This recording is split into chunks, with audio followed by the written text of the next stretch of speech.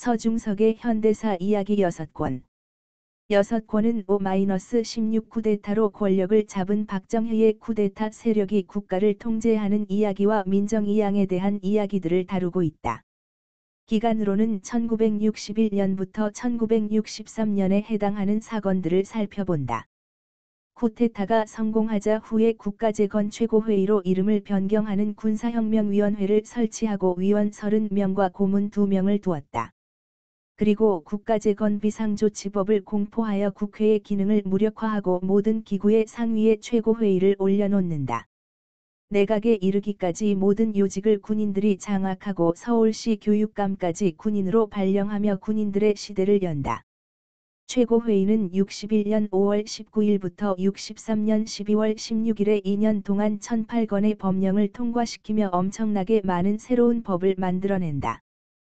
또한 최고의 권력을 지닌 괴물기관인 중앙정보부를 만든다.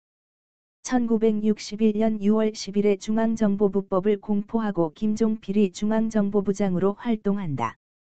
중앙정보부는 최고회의의 계직속 기관 중 하나였지만 국가의 모든 기관은 중앙정보부의 업무 수행에 있어서 협조와 지원을 해야 할 것을 보장받는 괴물기관이었다. 중앙정보부의 후신은 안기부로 중앙정보부와 마찬가지로 정권 안보를 위해 국민을 짓밟는 데 앞장섰다. 명칭만 바뀔 뿐 국정원으로 이름이 바뀌어도 역시 정권의 하수인으로 2012년 대선 개입에서 댓글 공작을 비롯한 불법을 자행했다. 중앙정보부는 언론, 노조처럼 민간 기구로서 대단히 중요한 역할을 할 수 있는 것들을 통제하고 조종하는 일도 많이 했다. 김형욱 회고록 같은 걸 보면 경제 부문에도 중앙정보부가 깊숙이 개입돼 있었음을 알 수 있다. 중앙정보부 내에 아예 경제 파트 부서가 있어서 못하는 게 없는 막강한 기관이었다. 이렇게 중앙정보부는 참 방대했고 정부 밖의 정부이기도 했다. 전 국민을 감시한다는 이야기가 있었고 민청학년 사건과 인혁당 재건위 사건을 비롯해 수많은 사건을 조작해서 터뜨리기도 했다.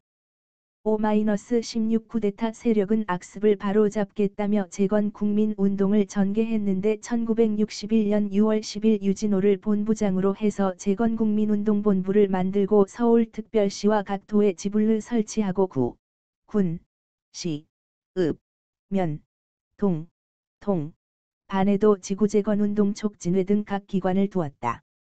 1962년에는 50만 명이나 되는 요원이 있었고 360만 명의 청년, 부녀 회원을 가지고 있었다. 이렇게 조직된 세력을 정치적으로 이용할 의도로 만들었다고 볼 수 있어 당시 이런 점들이 우려를 낳고 있었다. 쿠데타 세력이 명분으로 내세운 민생고의 해결과 혁명공약의 이행이 잘 지켜졌는지를 살펴보는 것이 중요하다. 쿠데타 세력이 보여주기 위해 시행한 정책으로 재건 국민운동과 농어촌 고리체 정리였는데 이 고리체 정리는 안 하느니만 못한 결과로 실패하게 된다. 쿠데타 세력이 의욕적으로 실시한 이 정책은 1961년 6월 10일에 공포되는데 고리체의 기준이 연이율 20%에서 12%로 낮추는 것이었다.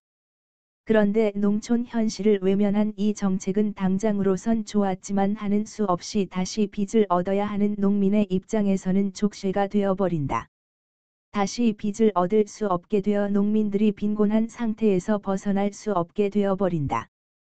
고리체 정리, 부정축제자 처리와 함께 쿠데타 세력의 대표적인 경제 정책이 화폐개혁이었다.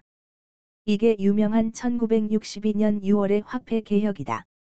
이 개혁은 경제를 요총치게 하고 혼란에 빠지게 하는데 대단히 큰 역할을 한다. 시행한 지 불과 33일 만에 예금 동결을 해제하며 사실상 실패했음을 인정하게 된 정책이었다. 이 정책으로 인플레이션이 일어나고 공장이 아주 힘들어졌다.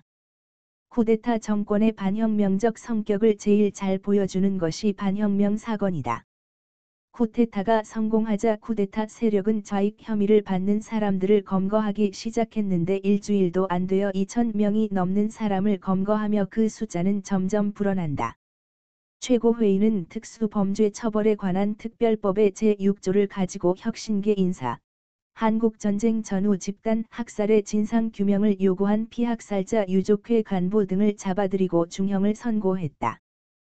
그들의 행위를 반국가 단체의 활동을 찬양, 고무, 동조하는 행위로 몰아붙여서 처형한 것이다. 독립과 분단 해소에 헌신한 이들을 반국가 범죄자로 취급했다. 이들이 잡아들인 사람들 중에는 이승만 정권에서 부정선거의 원흉들과 경무대 앞 발포 사건 관련자들이 있었는데 그들은 석방이 빠르게 이루어졌다. 이와 달리 혁신계 인사들 대다수는 그들보다 더 가혹하게 다뤄지고 탄압을 받았다. 또한 한국 전쟁을 전후해 주민 집단 학살의 유족회가 4월 혁명 이후에 만들어지고 진상규명, 피해자 명예회복 운동을 펼친 사람들이 혹독하게 탄압을 받았다. 우족회 관계자가 대거 구속되고 거창, 김해, 진영, 제주 등 여러 지역의 피학살자 합동 분묘를 파헤치고 그 안에 유골 상자를 부수고 위령비를 정으로 쪼개서 버리는 만행을 저질렀다. 이런 군부의 행동을 제2의 학살이라고 불렀다. 이 제2의 학살은 한국 사회에 큰 영향을 줬고 혁신계에 대한 대량 재판과 처단으로 혁신계를 전멸시켰다. 그래서 진보 세력이 새로 정치 세력화하는 것은 1987년 6월 항쟁 이후부터로 늦어지게 된다. 1961년 8월 12일 박정희 최고회의 의장은 민정 이양 시기를 발표한다. 정권 이양 시기는 1963년 여름으로 예정하고 1963년 초에 정당 활동을 허용하겠다고 했다. 8-12 성명 직후 김종필의 중앙정보부에서 8-15 계획서를 작성한다. 그 계획서에는 신당의 기구, 강령, 정책을 준비하기 위한 행동 등이 소상히 기록돼 있었다. 박정희와 김종필은 권력을 놓치지 않으려고 여러 가지 계획을 진행한다. 우선 1962년 정치활동정화법을 만들어 구정치인의 출마를 제한한다. 이 법은 박정희, 김종필이 강력한 통치를 하기 위해 방해물을 제거하거나 정치적 반대자를 약화하기 위한 법이었다.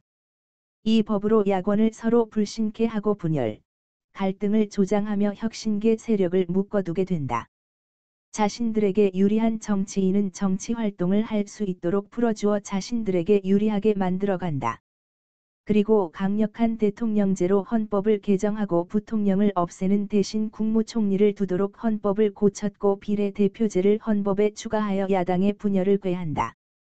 무소속 후보는 대통령이나 국회의원이 될 수 없도록 만들어 버린 것이다. 박정희는 구정치인 청산을 주장하면서 자유당계 정치인을 대거 끌어들였다. 자유당계 해금자들이 대거 공화당에 입당하게 된다. 혁신계와 민주당 정권을 쥐잡듯 몰아세운 쿠데타 세력이 민주당 정권보다 훨씬 부패했고 국민을 학살하기까지 한 이승만 정권의 자유당 인사들을 대거 받아들인 것은 자신의 주장과는 너무나 거리가 먼 행동이었다. 구악을 몰아내고 깨끗하고 참신한 세력이라고 주장한 박정희의 쿠데타 세력의 지저분한 민낯을 보여준 사건이 내대 의혹 사건이다. 증권 파동, 새나라 자동차 사건, 워커힐 사건, 회전 당국이 사건, 파친코 사건, 이 내대 의혹 사건이다. 검은 돈에 눈이 먼 쿠데타 세력은 이런 부정한 사건을 저지르며 경제를 혼란에 빠뜨리고 자신들의 주머니만 불렸다. 내대 사건 중 가장 큰 사건이 증권 파동 사건인데 감찰위원장 최명신이 감사를 해서 밝혀진 사건으로 이릉증권의 윤응상 사장과 중앙정보부 간부인 강성원 소령이 협잡해 벌인 주가 조작 사건이다. 이 사태로 5,242명의 일반 투자자가 엄청난 피해를 보았다. 그런데 사건의 주범들이 무죄 판결을 받으며 이 나라가 누구의 나라인지 여실히 보여준 사건이었다. 부정한 사건들과 권력으로 막대한 자금을 모으며 그들은 신당을 만들게 된다. 민주공화당을 창당하고 민정이양으로 가는 척하면서 권력을 유지할 준비를 다진다. 1963년 5월 27일 민주공화당 전당대회에서 박정희를 대통령 후보로 지명하고 10월 15일 대선, 11월 26일 총선을 준비한다. 야권에서는 민정당의 윤보선, 국민의당의 허정이 준비한다. 여당은 방대한 조직과 자금으로 전국 각지에서 경로잔치, 야유회 등 선심 활동을 벌이고 농협, 어촌계, 각구락부 등의 조직을 활용하여 활동을 벌이고 중앙정보부 같은 기관이 개입하여 국가조직, 국영기업체 등에 이르기까지 전폭적인 유세 활동을 벌인다. 10월에 허정이 사퇴하고 송효찬도 사퇴하여 야권 후보는 윤보선으로 단일화되어 박정희와 윤보선의 대결이 된다. 결국 63년 대선에서 박정희가 윤보선을 겨우 누르고 대통령에 당선이 된다. 이렇게 5대 대통령으로 3공화국이 출범하게 된다. 이 선거에 대해서도 다양한 이야기가 있는데 우선 1963년 선거를 밀가루 선거라 부른 것도 선거에 영향을 주었다. 미국에서 밀가루 21만 5천 톤이 지원되고 박정희 쪽에서 이 밀가루를 선거에 유리하게 풀었다는 이야기이다. 15만 표 차이로 박정희가 이긴 이 선거에 대해서는 생각해 볼 부분이 참 많다. 우선 압도적인 조직과 자금을 보유한 박정희가 겨우 15만 표 차로 승리한 것은 실질적인 패배였다고 볼 수 있다는 것이다. 11월에 치러진 총선에서 공화당은 기형적 선거제도에 힘입어 압도적 다수 의석을 확보하게 된다. 민주공화당은 자신들의 입맛대로 선거 제도를 바꾸고 그 효과를 톡톡히 누리게 되어 쿠데타 발생 2년 7개월 만에 3공화국을 출범시킬 수 있게 된다. 일제시대에 만주군관학교를 나와 친일 행적이 있었고 좌익활동 전력, 남노당 군 프락치, 이 있던 박정희가 군에서 투데타를 모의하고 국가의 1인자가 되는 이야기를 상세하게 알아보는